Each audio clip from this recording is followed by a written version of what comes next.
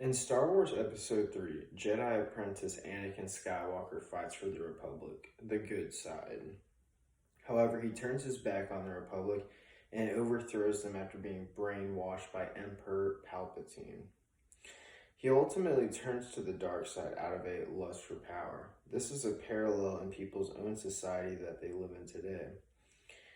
Extremist groups often use as a religion as an excuse to do bad things, but most religions teach us to be loving, kind, and peaceful towards one another. Now, politicians do the same thing. They promise their people that they will do great things while in office, but once given their position, they turn on those promises out of greed and, again, a lust for power. According to Callum Gunn, Anakin Skywalker's mother, Shmi Skywalker, told Qui-Gon Jinn and explained to him that she carried Anakin, she gave birth, and she raised him, but she can't explain how it happened. There was definitely no father. Now, in Episode 3, Anakin got advice from Emperor Palpatine to turn to the dark side. Anakin was told by Emperor Palpatine that he could teach him a power that could never be beaten, and he could not learn this power from a Jedi.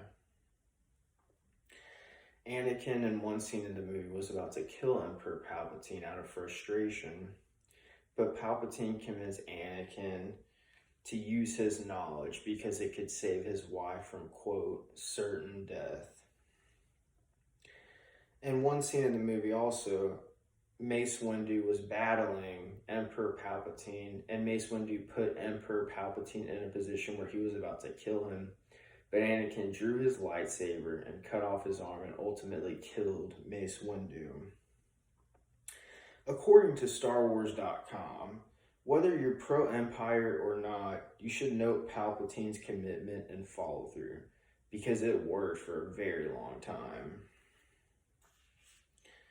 And according to ScreenRant.com, there's a quote that states, Star Wars fans confirm that Anakin Skywalker was the result of a dark side / midi-chlorian manipulation inside of Shmi Skywalker's womb, performed personally by Emperor Palpatine.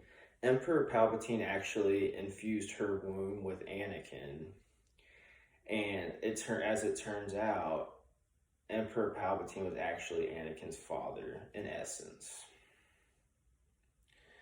Now, later on in Episode 3, after Anakin kills Mace Windu, he went on a spree to kill all the Jedi that were remaining. He went to the Jedi Temple and killed all of them. Now, this was due to a lust for power. Anakin wanted that power that Emperor Palpatine promised him. He did so good fighting for the Republic and became so evil in such a short time. Now, this lust for power can also be seen in our own society. Extremist groups will use religious books to do bad things when really the religious book teaches us to do the right thing and to not harm anybody. But out of a misinterpretation of what the books are saying, they go out and commit extremist acts.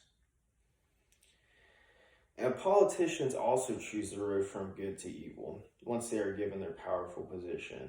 It turns into a position where they want a lot of money, it turns into greed, selfishness, and ultimately a quest for more power than they already have. Once they're given that position, they want to keep building and building more and more power.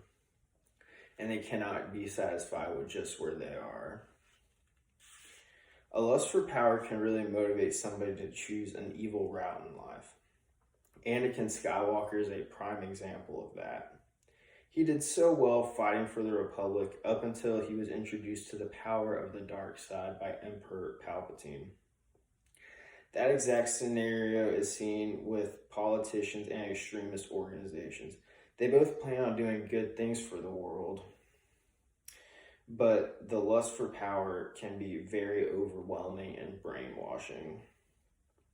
In a society like America, people should come together, whether no matter what religion, no matter whether they're conservative or Democrat, and both fight for a greater good.